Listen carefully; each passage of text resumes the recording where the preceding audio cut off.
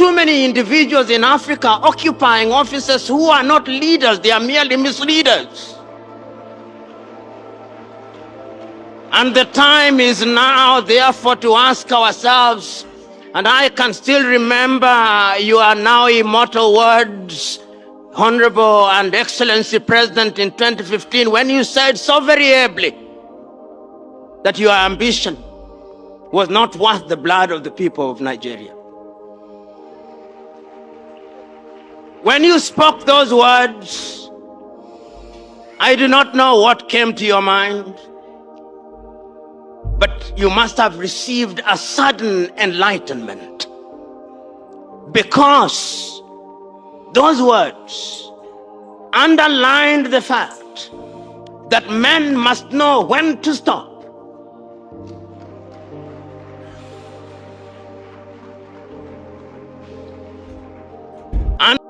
Popular Professor Lumumba from Kenya, he has lambasted President Tipe, aka Pablo Escobar Tifnubu. What did he say to him? He said, stop using election and judiciary to carry out coup in your country.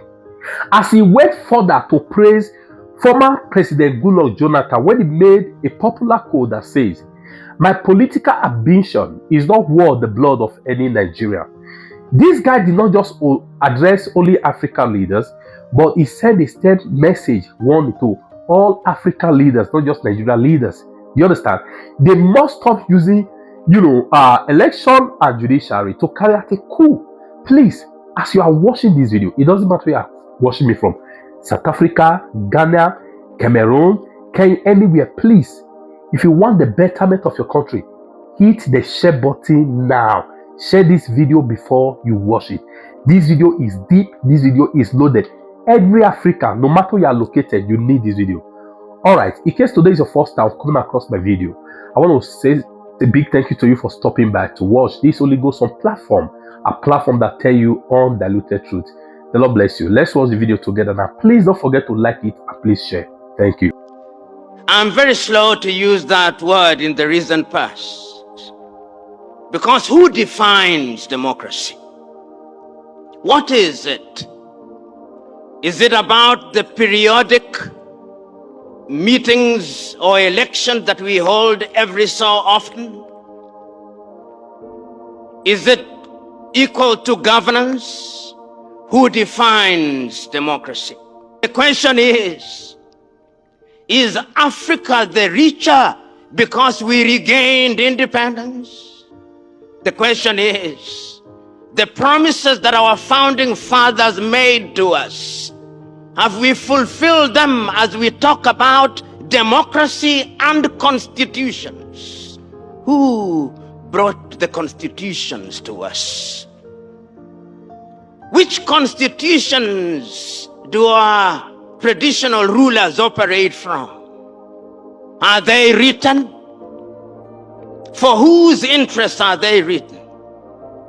As I talk about democracy and development now, I want you to cast your eyes across the continent of Africa now. Look at young people dying as they leave the coast of Senegal. When you tell them about democracy and elections, are you talking to them when they are dying? When they are dying in the Mediterranean, are you talking to them? If you go into a room where there are 10 young Africans, 8 of them want to run away from the continent of Africa, even in countries where there are so-called constitutional governments. This is the Africa that we are talking about today. When you go to Australia, Europe, and America, young Africans are being humiliated. If you doubted it, you only saw what happened in Ukraine when the war broke out. See how Africans were being humiliated. The question that we are asking today, and the question that is alive and well today, and the debate that we ought to wrap our minds around today is, what is democracy? Whose democracy? Is there a possibility that we who are gathered here today, as Carter G. Woodson said in 1933, we are so thoroughly miseducated that in fact Even when we think we are getting it right, we are getting it wrong? Is it a possibility that one of the things that we must do in assemblies such as this and at all times is to unlearn some of the indoctrination to which we have been subjected, so that we may learn things that can help the continent of Africa? How is it that every time we think that we have diagnosed the disease properly and that we have a new antidote, when we apply that antidote, a new wound appears? How is it? Assembled here to remind ourselves that the reason why we lament about Africa is that it appears that the systems of governance that we inherited and that we have been deploying for our benefit continue to put us at the foot of the ladder.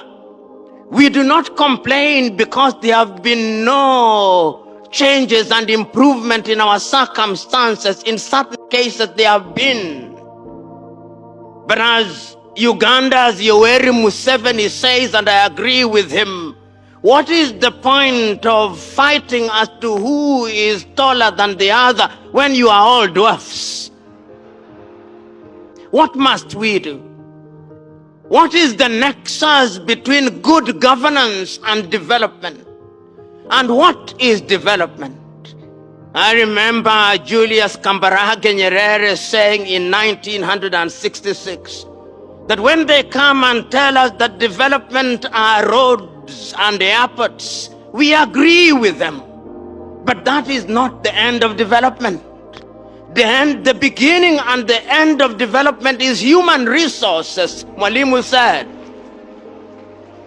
Mwalimu said, and I agree with him, you can build roads and destroy roads. You can build airports and rebuild airports. But when you build human beings intergenerationally, the airports that you destroy come out of their minds. So we must also redefine what development is. We have seen countries where edifices were christened to constitute development, and they were destroyed in the twinkling of an eye. But the human spirit is resilient and is constantly seeking liberation. The human spirit is constantly yearning for something to fulfill it.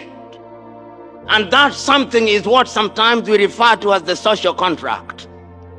That no man or no group of men who have arrogated to themselves the monopoly of knowledge and wisdom must never ever assume that they are God's gift to man, to govern and rule them as they will.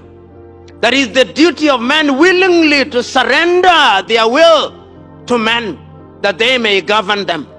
So the next thing that we must interrogate in Africa is who is the leader. Because we have too many individuals in Africa occupying offices who are not leaders, they are merely misleaders. And the time is now, therefore, to ask ourselves, and I can still remember your now immortal words, Honorable and Excellency President, in 2015, when you said so very ably that your ambition was not worth the blood of the people of Nigeria. When you spoke those words, I do not know what came to your mind, but you must have received a sudden enlightenment, because those words underlined the fact that men must know when to stop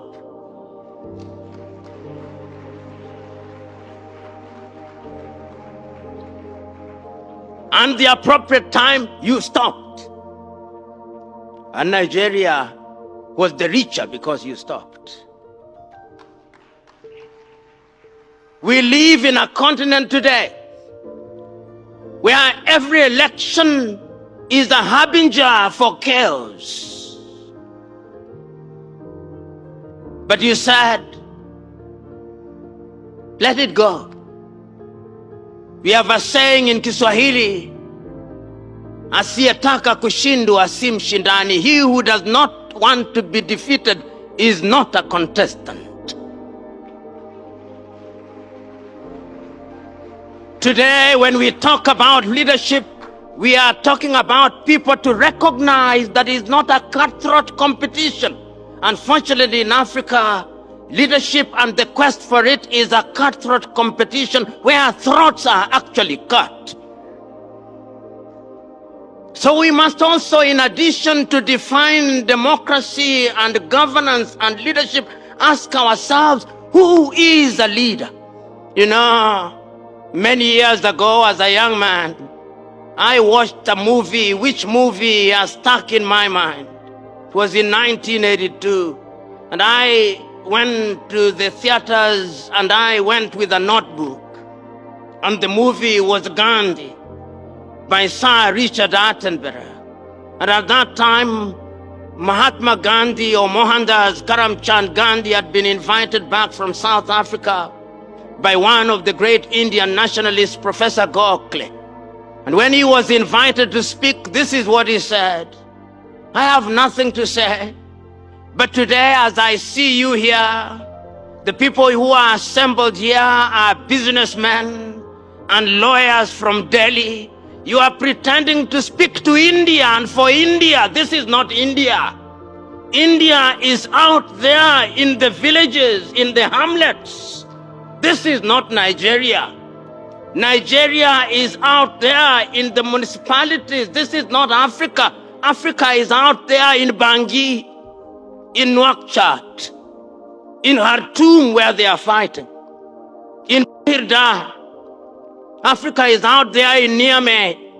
Africa is out there in Ouagadougou. Africa is out there in Bamako, in the slums of Bamako. When we speak here in English, do we reach them? When we speak in French, do we reach them? When we speak in Portuguese, do we reach them? What is the Yoruba word for democracy? What is the Ijo word for democracy? What is the Ibibio word for democracy? What is the Igbo word for democracy? Give me that word. When you give me that word, then we are beginning a conversation. Because that conversation is the conversation that is going to tell us how we have a symbiotic relationship between democracy and the thing that we call development.